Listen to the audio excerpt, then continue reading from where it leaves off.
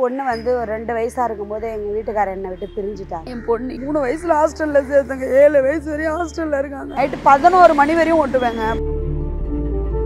என் பையனுக்கு ஜுரம் சரியாகிற மாதிரி இருந்துச்சுன்னா ஒரு கட்டுற மாதிரி நம்ம கட்டலான்னு சொல்லிட்டு துப்பட்டா ஷால் இருந்தது. என் பையனை அதில் போட்டு அப்புறம் நான் அப்படியே பொறுமையாக கண்ணன்றவர் வந்து என் ஷோல்டரில் தட்டி அசிங்கமாக பேச ஆரம்பிச்சிட்டான். ரூம் வந்தா போட்டு பாருடி அப்படின்னு. இது போட்டேன்னா அவ்வளோதான் நீ அப்படின்னு எனக்கு கோவம் வந்துச்சு. அடிப்பேன்னு இந்த ஒரு வார்த்தை தாங்க சொன்னேன். அவன் என்னை எடுத்தது காதுலயே அடிச்சுட்டான். என்னால தொண்டை வரை இறுக்கி இருக்கிறான். நான் பின் மண்டையில பின்னாடி இடிச்சிட்டான். தலையில அப்படியே 2 வயசு குழந்தை இருக்கு. அதனால நான் குழந்தைக்கு பால் கொடுத்துட்டு இருக்கேன். இந்த மார்பகம் வலிச்சுது எனக்கு பயங்கரமா. என்னால சொல்ல முடியல. ஒரு பொண்ணு வந்து சம்பாதிக்கிறது அவனுக்கு பிடிக்கல. வந்தோன்னு சவாரி பாக்குறாங்களே, வந்தோன்னு சம்பாதிக்கிறாங்களே அப்படின்ற பொண்ணை வந்து பொண்ணாவே மதிக்க மாட்டாங்க. ஆம்பளை கூட மதிக்க மாட்டாங்க. எந்த தப்பும் பண்ணலங்க. ஒருத்தர் கூட வந்து உங்களை மறக்கலங்க. அதுதாங்க எனக்கு நான் சொல்லிட்டேன். சொல்லாத பெண்கள் எவ்வளவு பேர் இருக்காங்க. அவங்கவுங்க படுற கஷ்டம் அவங்கவுங்களுக்கு தான் தெரியும். சாதாரண ஒரு கடிக்கே இப்படி அடிச்சு சாவடிக்கிற ஒரு பெண் சார் என் மேல கை வைக்கும் போது எனக்கு வலிக்குது சார். போயிட்டு இந்த மாதிரி ஸ்டேஷன்ல போய் சொன்னேன். சார் இந்த மாதிரி சார் நீயும் வந்து தாக்கிருக்க, நீ அசிங்கமா பேசியிருக்க, அதனால உன் மேலேயே கேஸ் நாங்க போடுவோம் அப்படின்னு சொல்லி சொன்னேன்னா அதையே யோசிக்காம அவடிக்கலாம். என்னை அச்சதுக்கு பிறகு நான் வந்து ஒரு இப்படி என்னன்னா நான் அடிச்சுட்டேன், நான் தாக்கிட்டேன், அதுக்கு என் மேல கேஸா? வணக்கம் அக்கா.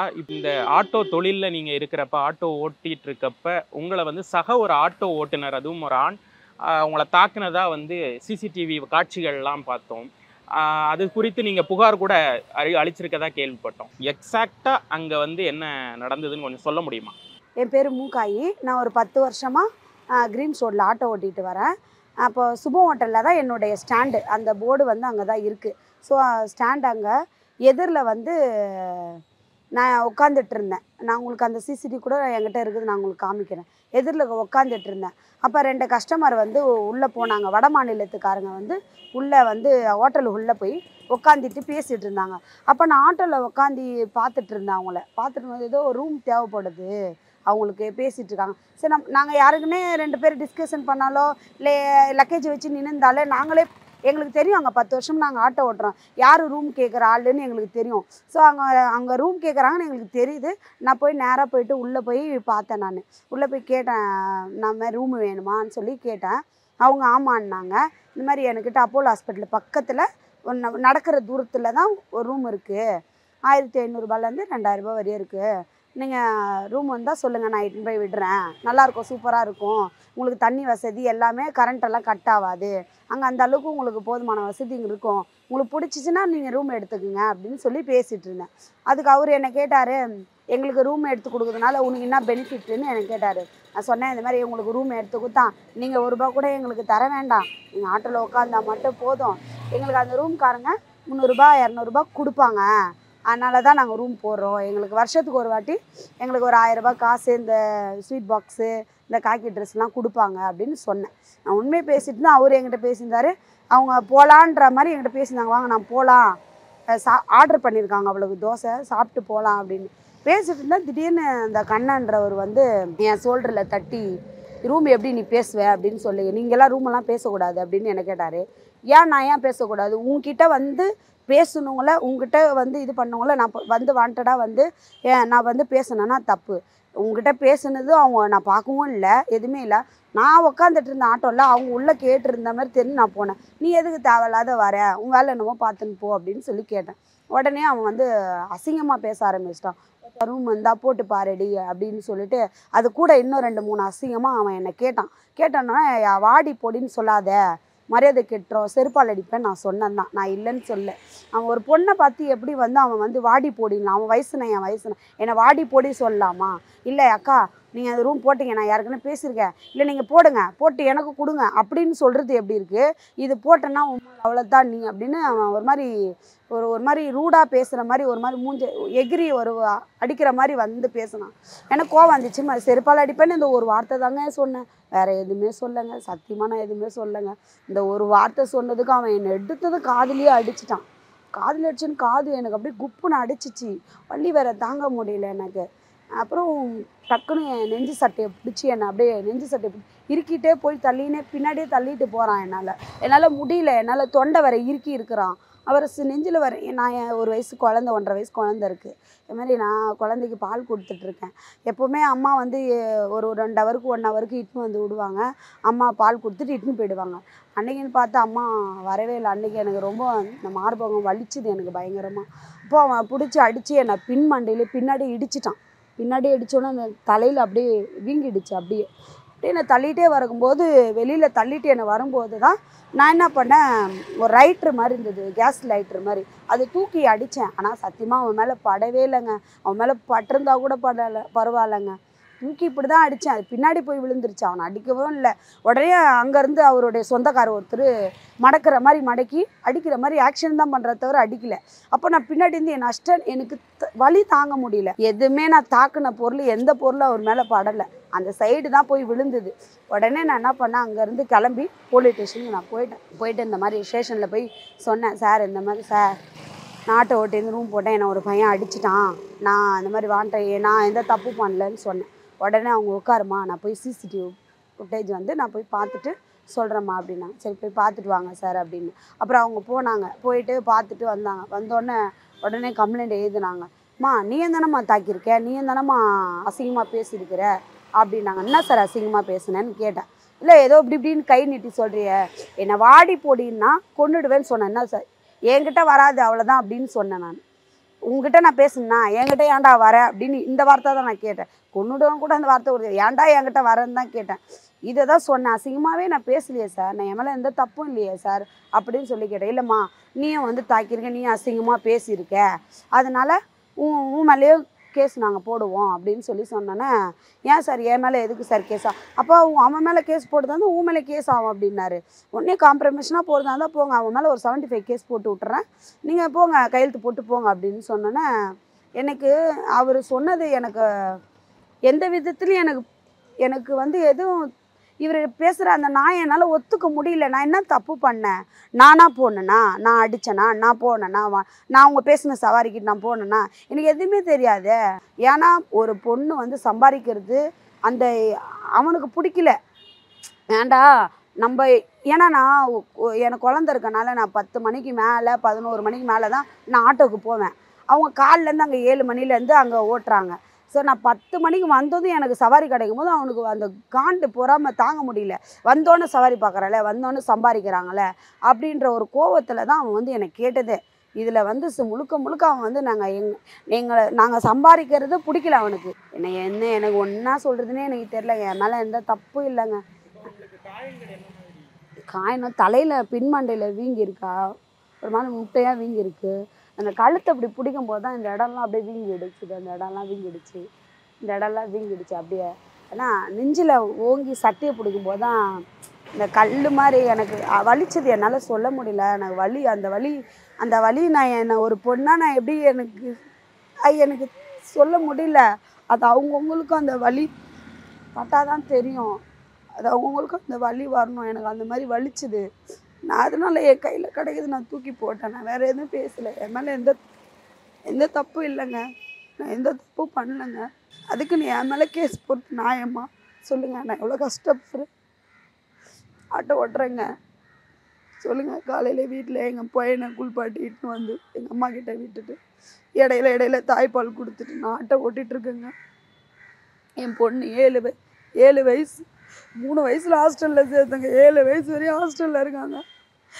7 வயசில் பொண்ணு என் கூட இருக்குன்னு ஆசைப்பட மாட்டேன்னா, என் பிள்ளை என்கிட்ட கூட இல்லைங்க. ஹாஸ்டலில் இருக்கா. அவள் ஹாஸ்டலில் இருக்கா.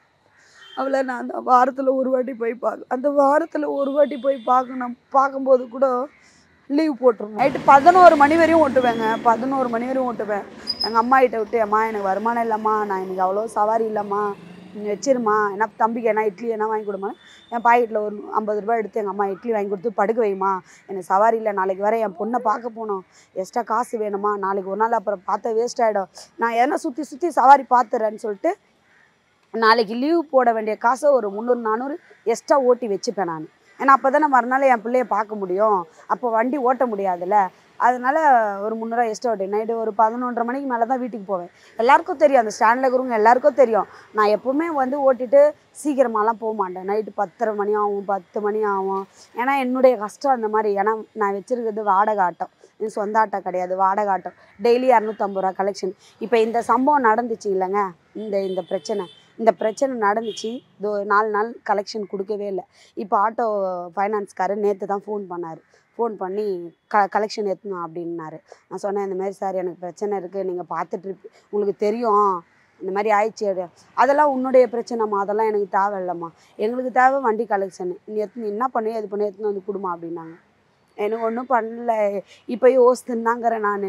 ஒரு வெகுஜனமான மக்கள் கூடின இடத்துல தான் வந்து அந்த சம்பவம் நடந்தது. ஒருத்தர் கூட வந்து உங்களை நடக்கலைங்க. அதுதாங்க எனக்கு ரொம்ப மன வருத்தமாக இருக்குது. ஆள் இல்லாத இடத்துல இருந்தால் பரவாயில்லைங்க.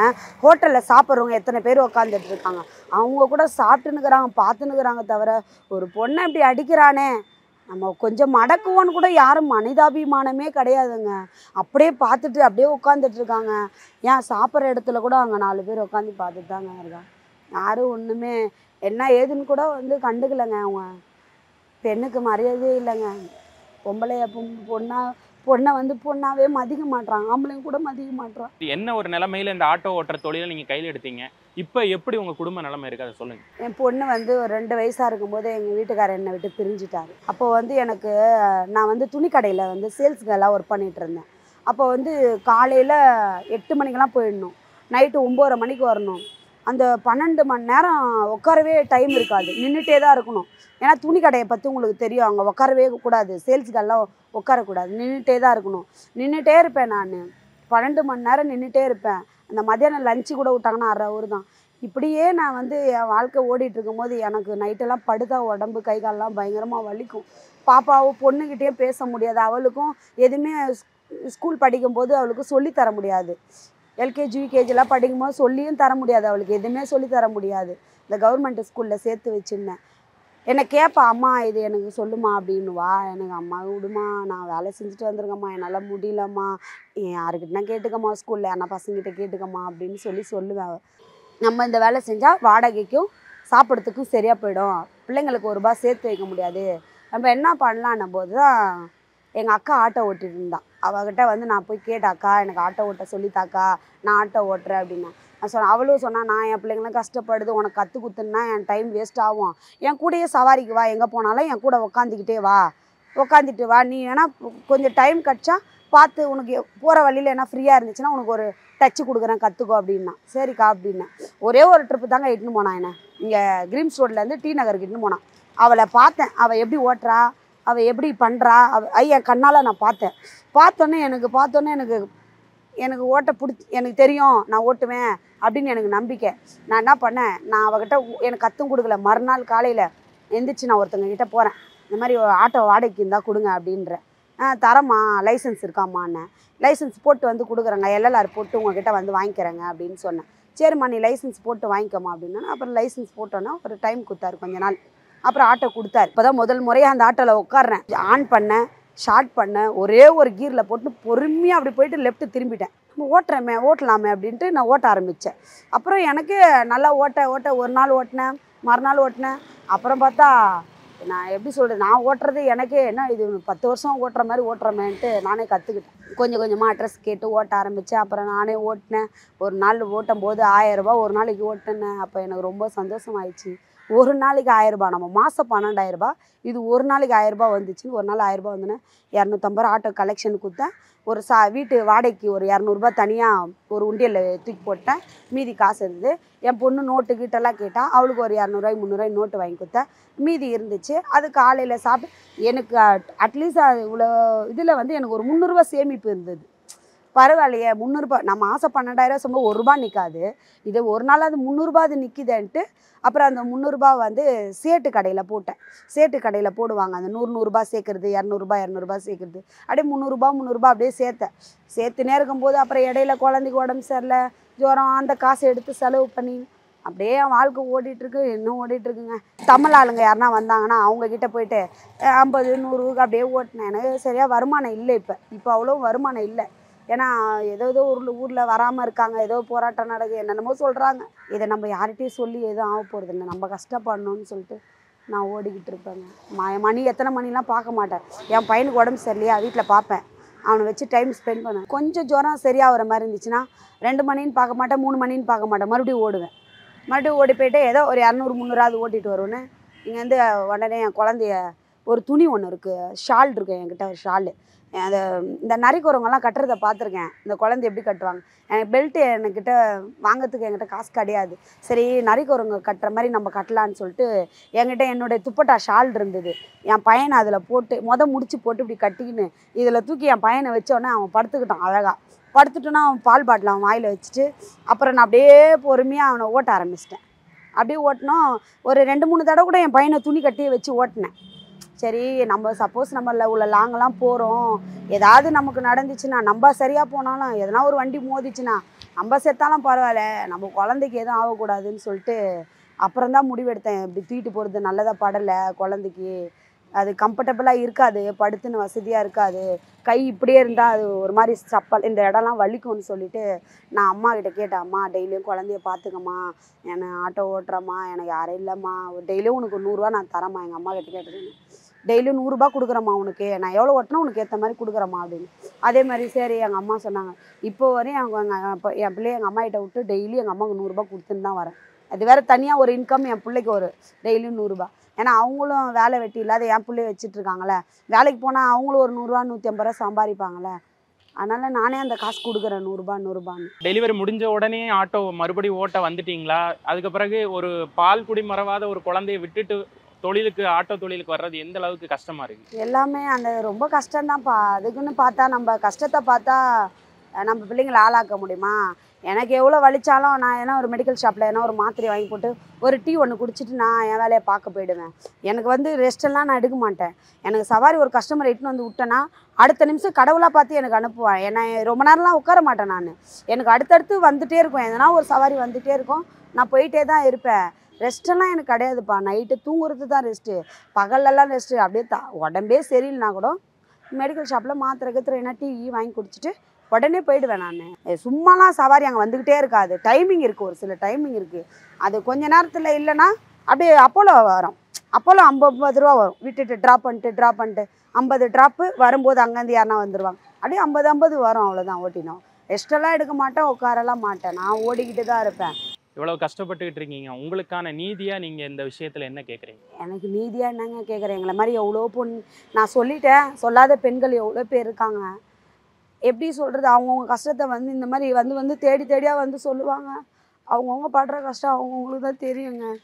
முடிஞ்ச அளவுக்கு ஒரு பெண் ஆட்டோ ஓட்டுதுன்ட்டு முடிஞ்ச அளவுக்கு ஒரு ஆண்கள் கொஞ்சம் நீங்கள் மதிக்காட்டி பரவாயில்ல, ஒத்துழைப்பாவது கொடுங்க கொஞ்சம். ஐயோ லேடிஸு அவங்க குழந்தையே உள்ளலாம் மீறி வராங்க வெளியில், அவங்கள கொஞ்சம் ஒரு மனுஷனாக பாருங்கள், ஒரு பெண்ணாக பாருங்கள். ஒரு மனுஷன், அவளும் ஒரு பொண்ணு தானே, அவளும் ஒரு நமக்கு இருக்கிற இது தானே எல்லாமே அவளுக்கு இருக்குது, அதை மட்டும் பாருங்கள். குடும்பத்தில் எந்த நிலவரம் இருந்தால் அவளுக்கு எந்த அளவுக்கு அவள் குடும்பத்தில் ஒத்துழைப்பும் கைப்பிடிமானமும் யாரும் இல்லை, ரோட்டில் ஆட்டோ ஓட்ட வந்திருக்கா அப்படின்னு நீங்கள் நினச்சா போதும்.